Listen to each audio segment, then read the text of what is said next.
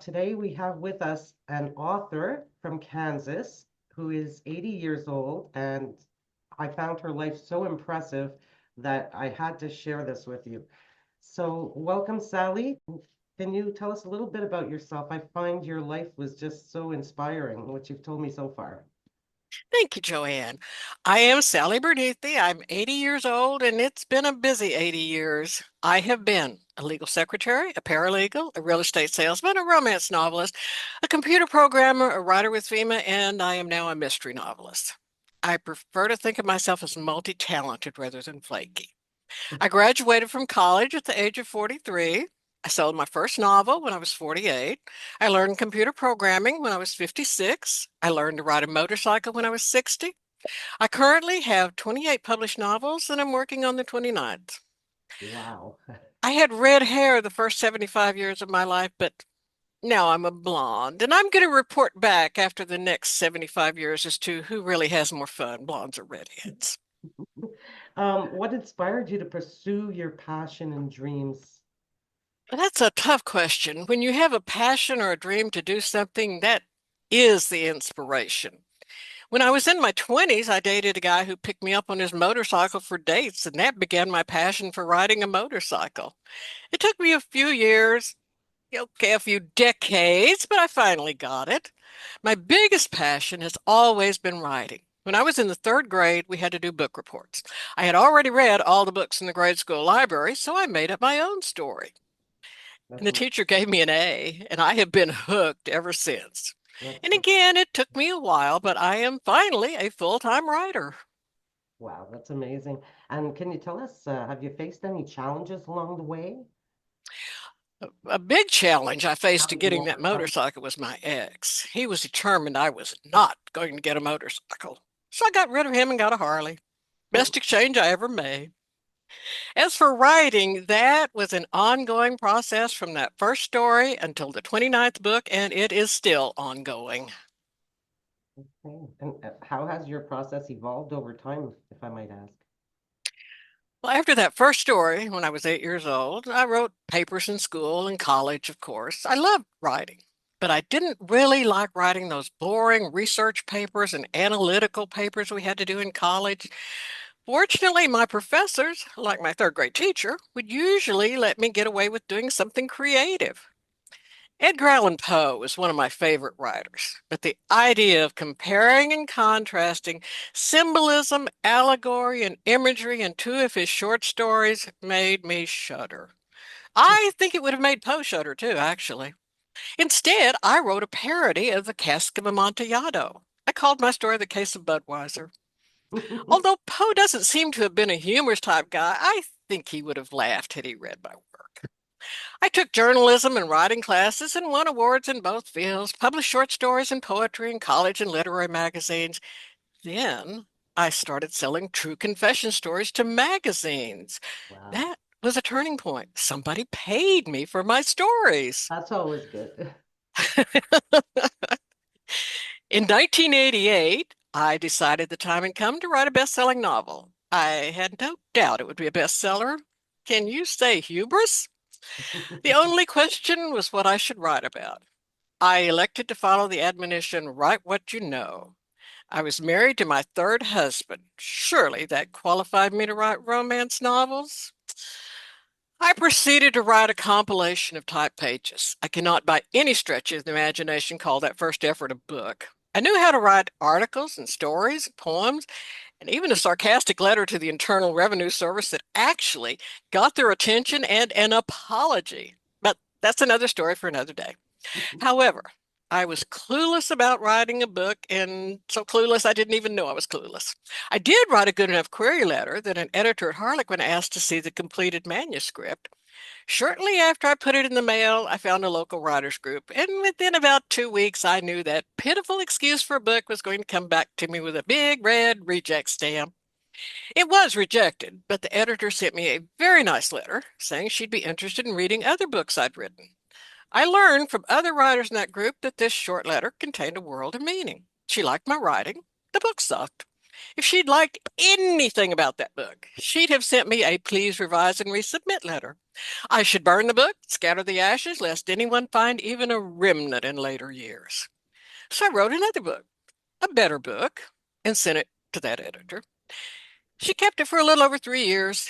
During that time, she called me periodically to tell me how much she liked it and she was considering buying it. After the third call, I didn't believe her anymore.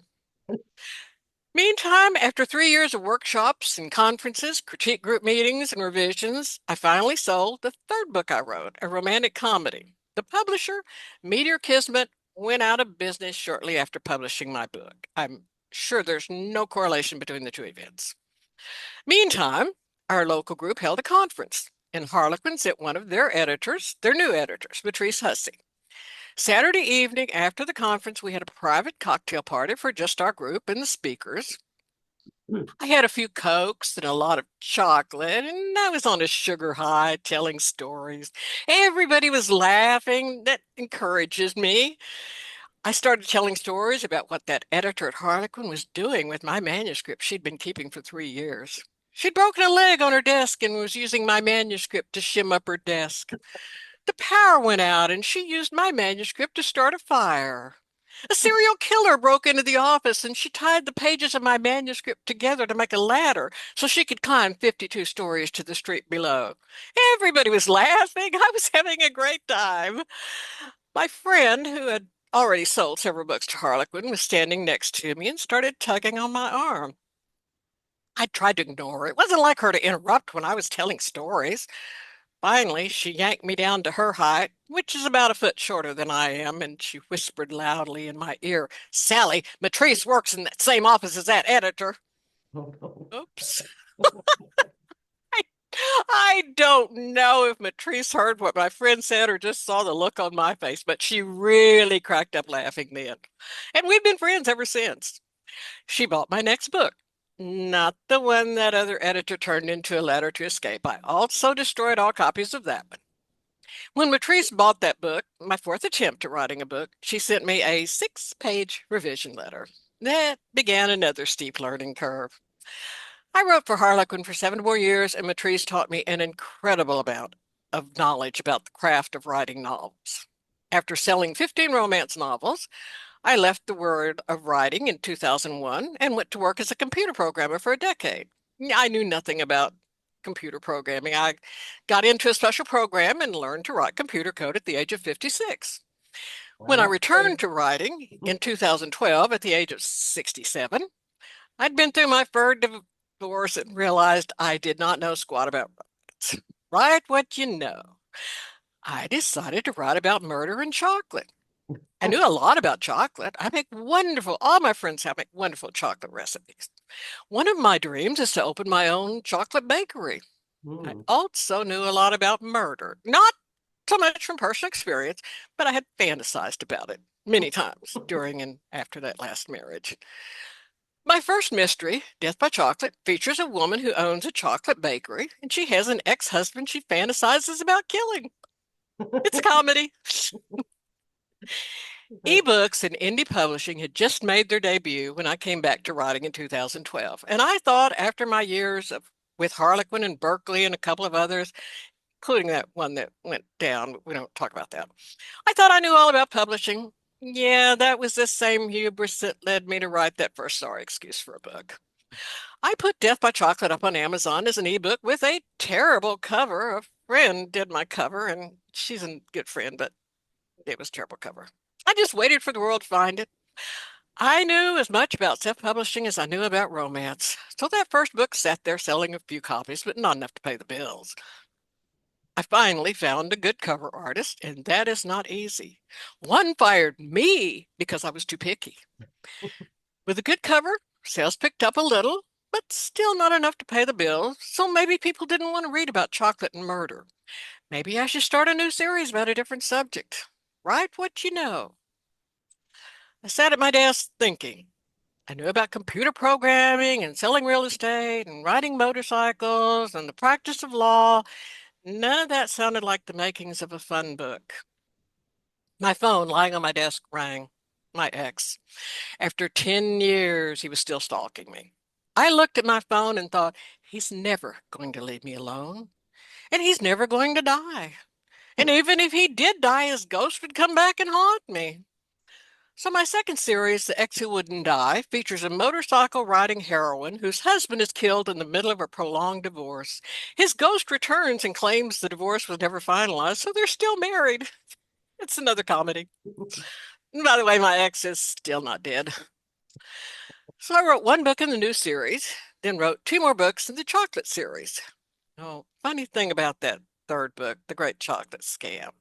When I wrote for trad publishers, we always did 6 rounds of edits. That's actually 12, 6 from me and 6 from the editor. When I started doing the indie thing, I tried to adhere to trad publisher rules as closely as possible because they knew what they were doing and I obviously did not.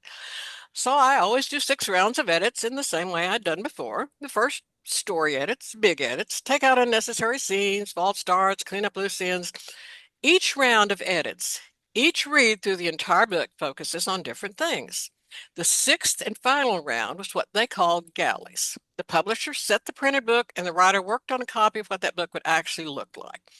At this point, we could only make small changes, a comma, correct the spelling of a word, add a word. I finished my 5th round of edits on The Great Chocolate Scam, and I had heard from other authors that the third book in a series was magic. That was when sales skyrocketed. So I was eager to get that book out there. It could mean the difference between continuing to write or going back to computer programming and dealing with rush hour traffic and a control freak boss. Oh. So I started on the 6th round, even though it was getting late. Around 2 a.m., I was on that final round of edits.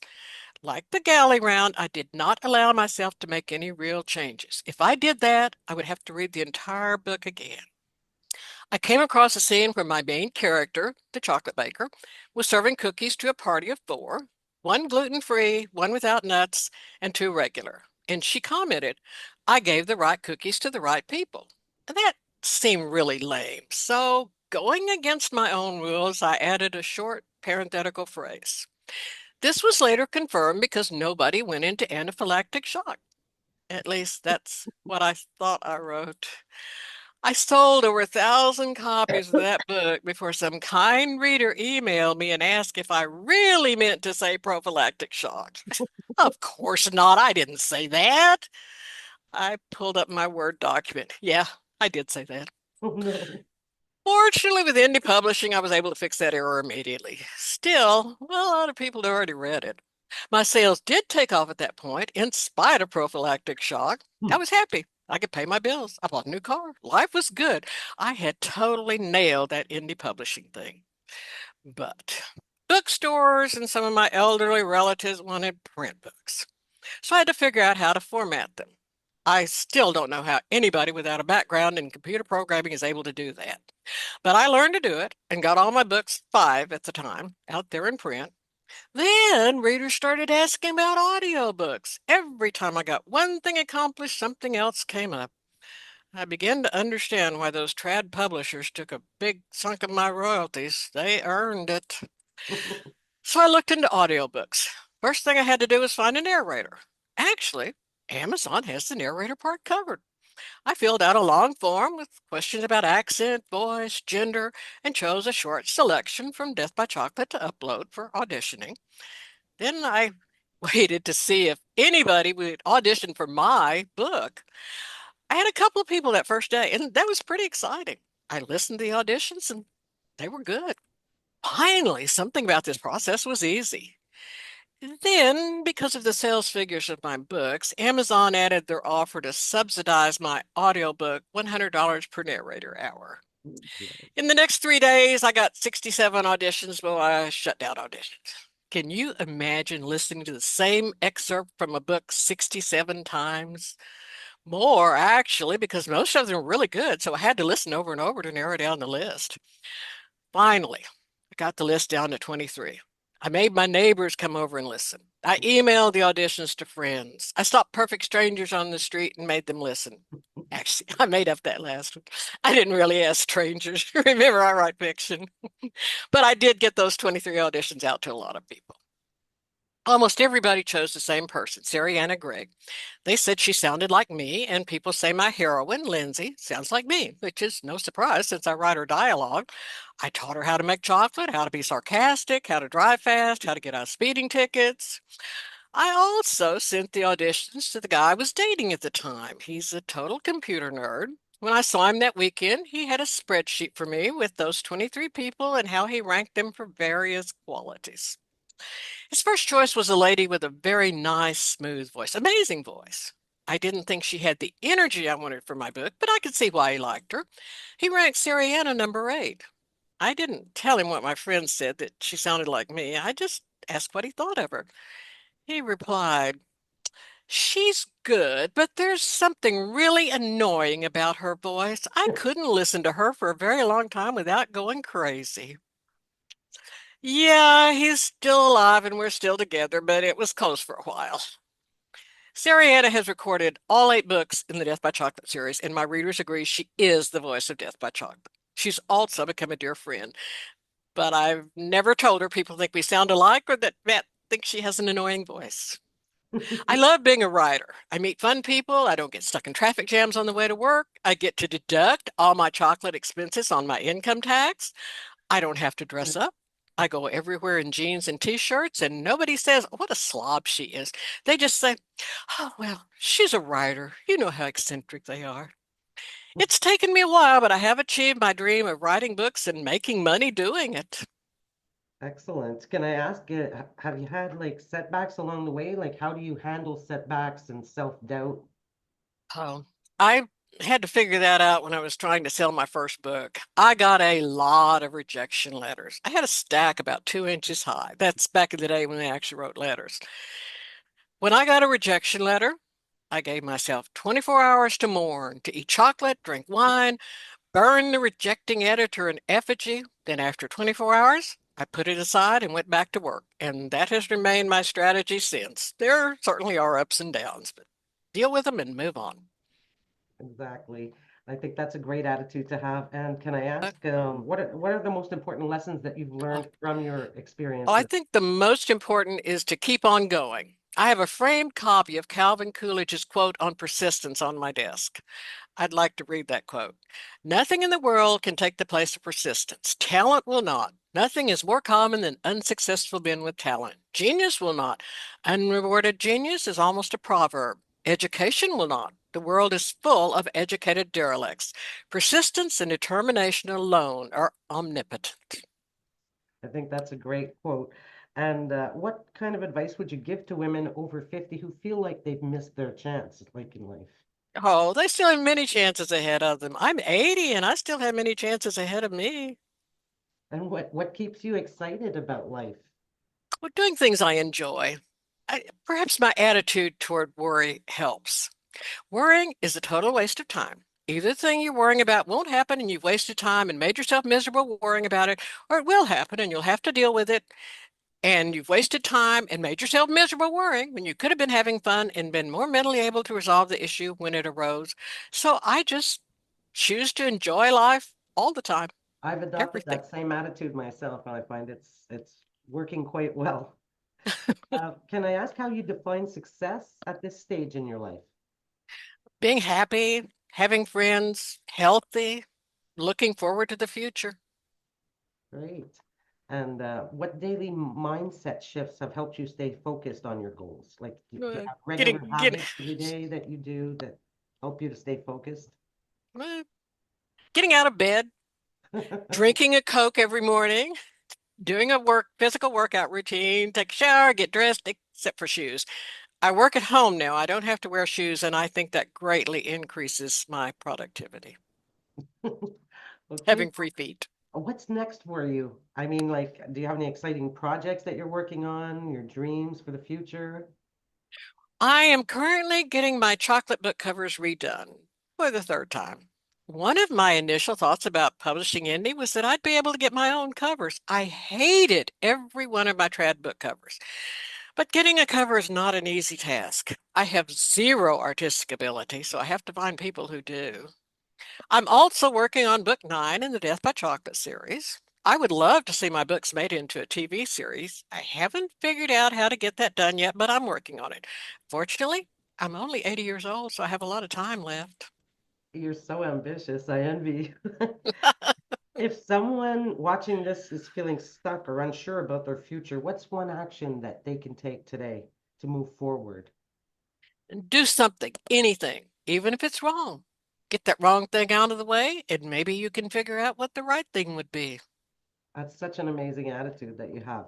I would like to really thank you for coming and doing the video today for our viewers, and I wish you much luck in the future. I'm going to put your links down below in the description so that people can find you and your website. And I thank you again for coming on the show. Thank you so much for having me and letting me talk. Yeah, well, you're certainly such an interesting person, and Well, I thank really you. appreciate that you took the time to do this for us. Thank you. Thanks so much.